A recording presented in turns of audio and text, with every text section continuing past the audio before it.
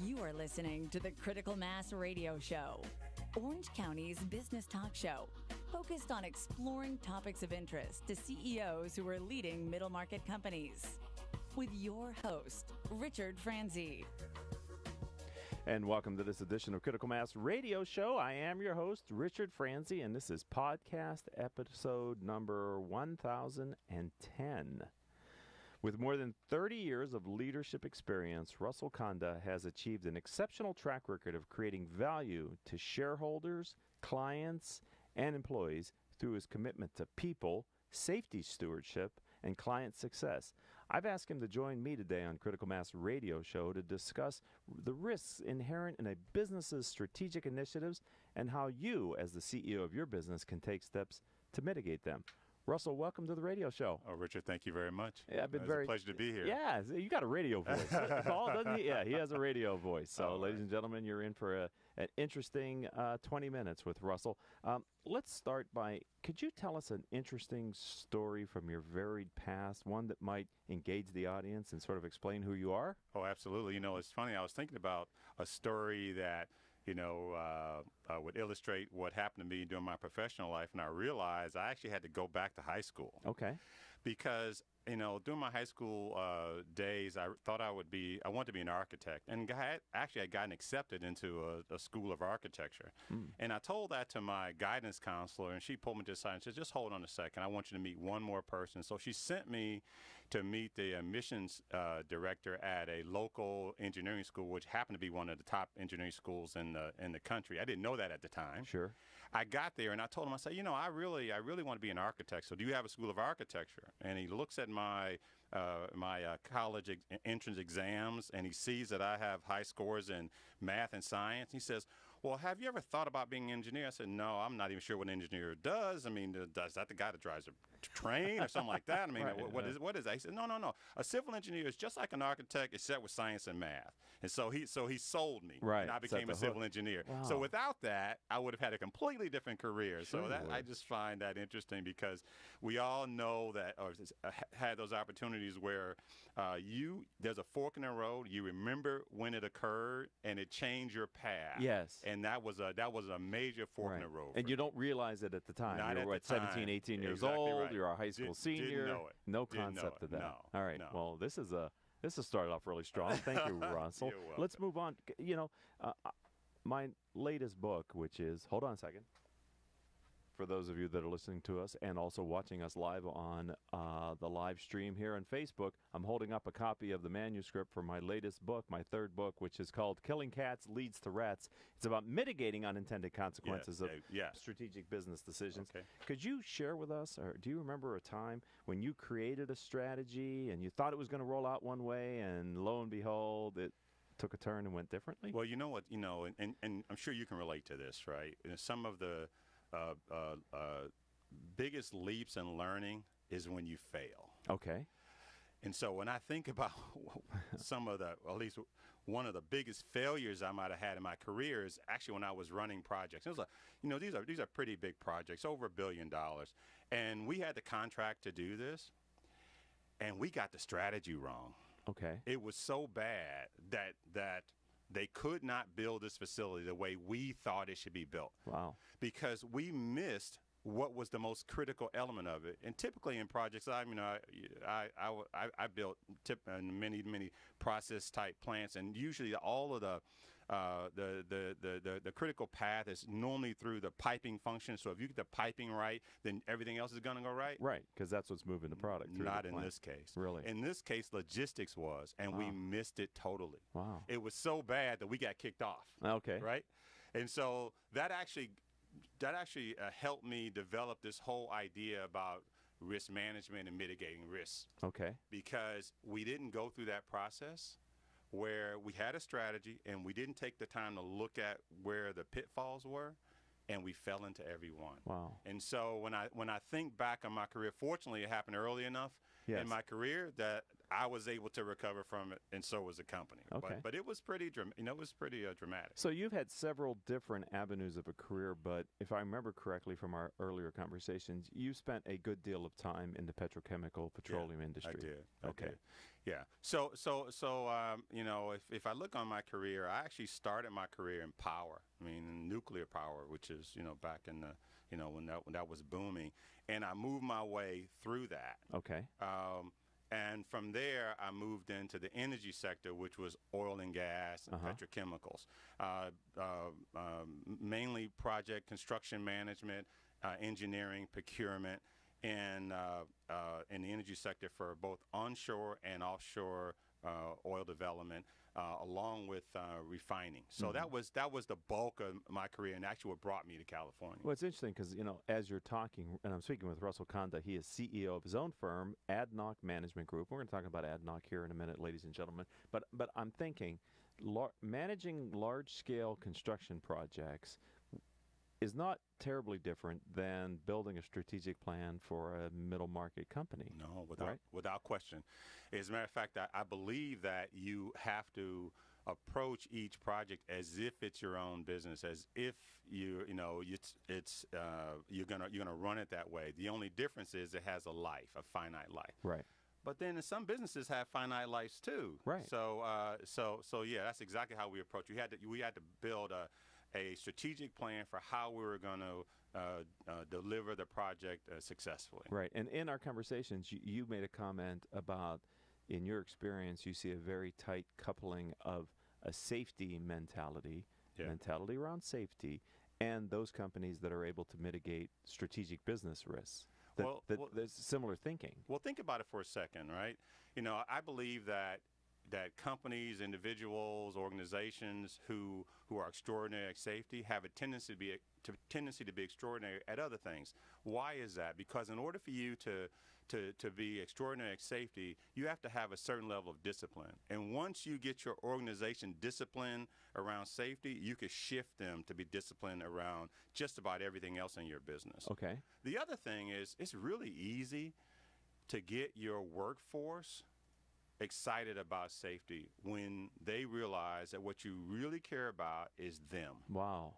Good point. Yeah. And when they know that the leadership team of your business wants you to go home in at least the same condition that you came in. Amen. At least. Amen. Right? Yeah. And so when they know that, then like I said, it's easy to rally them around that point. Right. All right. We're talking with Russell Conda. He is CEO of his own firm, ADNOC, which is ADNOC Management Group. So tell me a little bit about what you're doing in this phase of your career, then, Russell. Sure. You know, ADNOC has two phases to it. The first one is risk management. Risk management for small to mid-sized businesses. What do you mean by that? So what do I mean?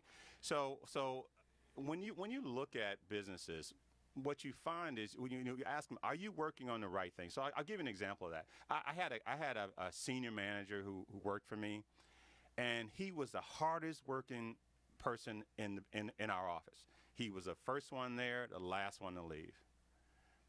But he didn't succeed because he couldn't figure out the most important thing to work on. And so when I say risk management, what I'm saying is figure out what the most important thing to work on, the thing that will cause you the most heartbreak or damage to your business.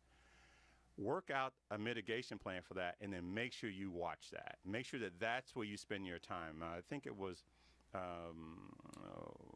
highly successuful people, something about working in quadrant 2, right? The important, not the urgent, right? The urgent, right? Right, yeah. And so when I think about risk management, what I'm trying to do is focus a business, an individual, a company on working on those things that are most important. It's not that the other things shouldn't be done; just they shouldn't be done by you. Okay. You find somebody else to do that. And how do you help a company figure that out? So the first way is I have a platform or a tool that they can use, and then I walk them through it. But most importantly, I bring them subject matter experts to help them. Okay. So as we go through this analysis of their business, bringing someone who really understands what they do to show them actually adds a lot of value. So do you find when you work with lower middle market companies that they intuitively know their highest risk element, or do they discover that through a process of working with you? Well, I think they intuitively know, but you'd be surprised. Most small to mid-sized businesses, this is not on the top of their list. Okay. When I talk to them, what they actually want two things. One is they want to know if I can help them find a source of financing. The other is there a way to increase sales? Mm-hmm. But trying to get them to focus on, yes, those two things are important, but making sure that you don't fall into one of these pits is equally as important. It can be damaging to your business. Right. The second part, though, which of what I do is advising private equity firms on making acquisitions. Okay.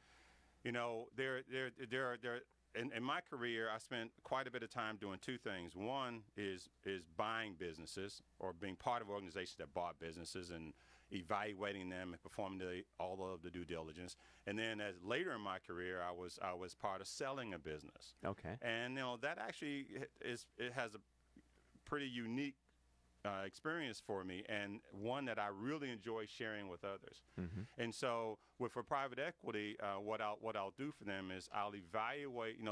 They'll actually find a business that they're interested in purchasing, and they'll send me the management presentation or the details of the business, and then I'll look at that from the operational perspective. Okay. And if they using your experience, using my experience, yeah. And so, right. and then if they purchase the business, then I'll support them in either being on the board of directors or maybe being chairman of the board. I've actually had a couple of them that asked me to come in and run their businesses, but that wasn't something that I was really interested in right now. Right.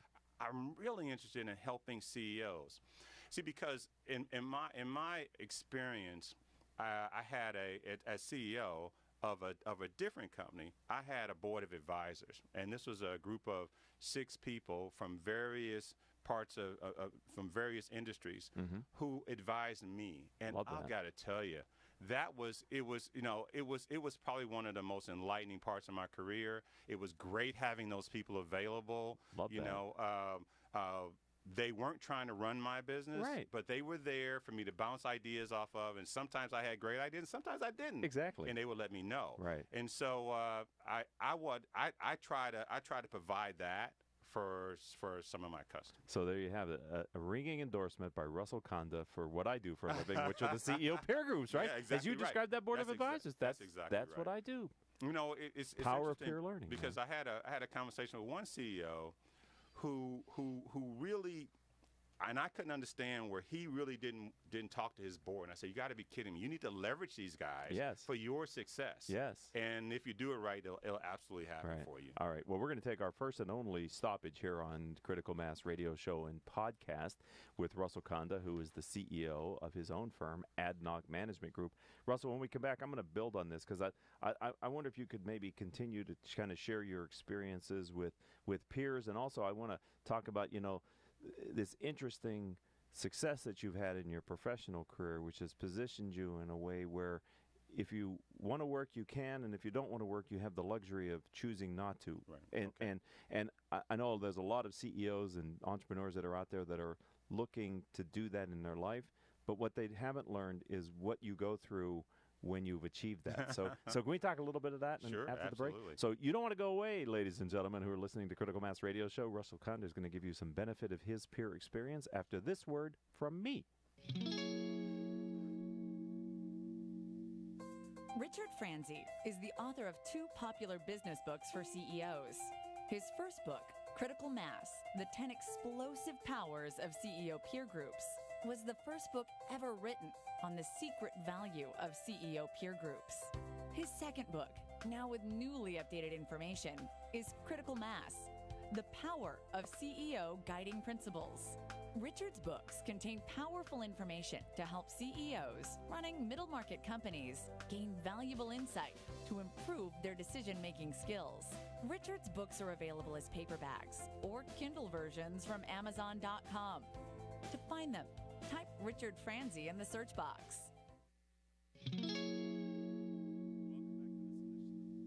Welcome back to this edition of Critical Mass Radio Show and Podcast. I am your host, Richard Franzi. My guest today is Russell Conda. He is CEO of his own firm, Adnoc Management Group. You know, all of our shows can be heard anytime on iTunes, Stitcher, and several hundred former guests' websites whose CEOs have put the show as a link off their website, like I'm sure Russell's going to do on his site. You know, since we started this show in 2009, we've reached several 100,000 listeners through the live stream here on octalkradio.net and the podcast. If you want to listen and subscribe to the podcast, and I hope you will, simply type in these 4 words in your favorite podcasting software: Critical Mass Radio Show, and you'll get our weekly updates and with exciting interviews with CEOs and entrepreneurs like Russell. Russell, I did skip over, and I wanted to ask you, I call this the guiding principle question. I've written 3 books on this subject based on the answers of people like you who've sat in that very chair. But do you have an overarching philosophy or a belief system that you bring to the business on how you lead it for growth? And if so, what is your core? Sure. I believe that if, in my overarching principle, in that if you have a desired outcome and for some reason you don't achieve it, there's always something that you could have done about it. And that, you know, I call that my victimless approach to business. Okay. Right? Because you always have to take action. You always have to take ownership. It's always yours. And if you don't get it, then you just didn't do enough. And you know, when you as a leader and then your organization takes ownership in what they're doing, you could really accomplish a great deal. And that's what I found, you know, that look in the mirror and say, that's what I have to change, and then do it. Because, and people see that. It starts with me. It starts with you, right? And when the people who you lead know that, they know that you're the first one to say, that's mine, I own it, I'm going to do it. Right. They'll follow you. And so my overarching, you know, philosophy is it starts with you. Right. And if it's your desired outcome, then you have to take ownership of it. And I'll tell you a story around that one, because of course I didn't always believe that. I was fortunate to have an executive coach, and I was so frustrated with. I was working for a large organization, so I was really frustrated with the leadership, and I was saying that guy doesn't do this, and that guy doesn't do that, and the coach turned around and she said, "Well, so what are you going to do about it?" And I said, "Me, it's not my job to do, but it's your desired outcome." Wow. And I just sunk back in my chair, and I had to take a deep breath, and I had to own it that I had to start making changes. And you know what? I've never been happier in my life, actually, because I was never stressed by what somebody else had to do. Right. Because I would just go get that done. What a powerful message for those of you that are solopreneurs out there, because if you want it done, you know you've got to do it. And I think it's even more relevant to leaders of middle market companies and larger organizations to know that it emanates from them. Yeah. You know, in many large companies, they struggle with this sense of accountability. How do I get accountability into the team? And I think you've just given the secret to really making that a genuine desire. Be accountable yourself. Yeah, it starts there. Right. All right. Man, Paul, if I'd have had you ready, I'd have said play the gong, but I don't know if it's time because we have special effects. There you go. Our loyal listeners know if they hear a gong that there was a teachable moment that just happened. And if by chance on a podcast they weren't fully invested in the conversation, they can spin it back 30 seconds and pick up the teachable moment that came from Russell Conda here on Critical Mass Radio Show. Thank you. Thank you. That's why I do this show, man. Share what you know. Share the knowledge. All right. One more question in this segment, which is what we teased before the break. You've reached a certain level of financial success based on the career decisions that you've made. You've positioned yourself where if you didn't want to work, you wouldn't necessarily have to, which is a beautiful thing. Many entrepreneurs listening today aspire to that lifestyle. What have you learned, though, from being in that position about how your DNA and how your thinking has to be adjusted without that motivation Well, absolutely. I'm one of those people that I think out loud, and I do my best work when I'm talking to someone, right? I love that. And so taking a step back from the business, you don't have that engagement with people, and you really have to work hard in order to be able to think and get things done without that. So I'm working real hard to do the best I can to share my experiences and actually engage with people.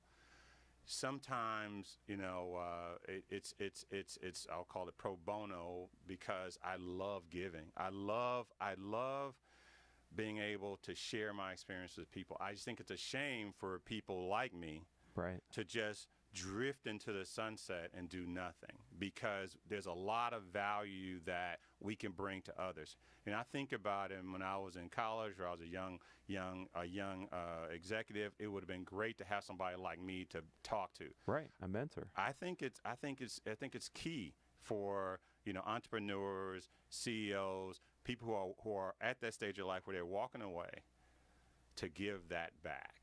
To find ways to share, the successes and the failures, quite honestly, with others. And that's the thing that, even now, and it's been 2 years for me, that I'm still working out. I wish I had the answers. I've got it all mastered, but I'll be honest, I haven't. I'm still working on it. Sure.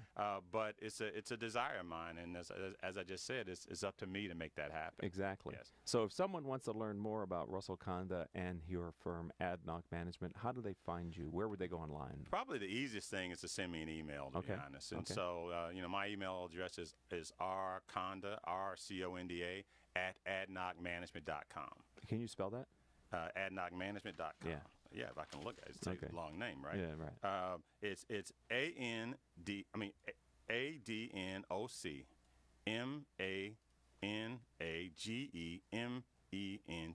There you go. So, .com. Yeah, so the good news is if you're listening to this on the live stream, you didn't get all that, you can listen to the podcast tomorrow on iTunes or Stitcher, and you can write down that full deal. So this has been a kick in the pants. The time has flown by. Wow, that was fast. Yeah, 20 minutes, man. That's the best 20 minutes I had of the day so far. Russell, thank you. And you created great content that we'll be talking about in our social streams, ladies and gentlemen, later this week. So if you're not a subscriber to my Twitter feed, please hit me up on Twitter. I'm also on LinkedIn as Richard Franzi, and we have a business page on Critical Mass for Facebook if you want to follow us on our social streams as well as on our website, Critical Mass for Business. Thank you for being Richard, a friend of the program and a part of our Critical Mass community. All right. This was very exciting. You're I look awesome. forward to coming back. Yeah, we'll have you back. Absolutely. And I'd like to thank the man behind the chair over there, Mr. Paul Roberts, who's been our engineer. Our producers are Joan Park, Crystal Nunley, and Haley Stern. I'm your host, Richard Franzi. If you'd like to learn more about the radio show or the CEO peer groups that I talked about earlier, visit criticalmassforbusiness.com. And until our next show, I hope all of your business decisions will move your company in a positive direction. You have been listening to Critical Mass Radio Show Business Talk Show, focused on exploring topics of interest to CEOs who are leading middle market companies. With your host, Richard Franzi.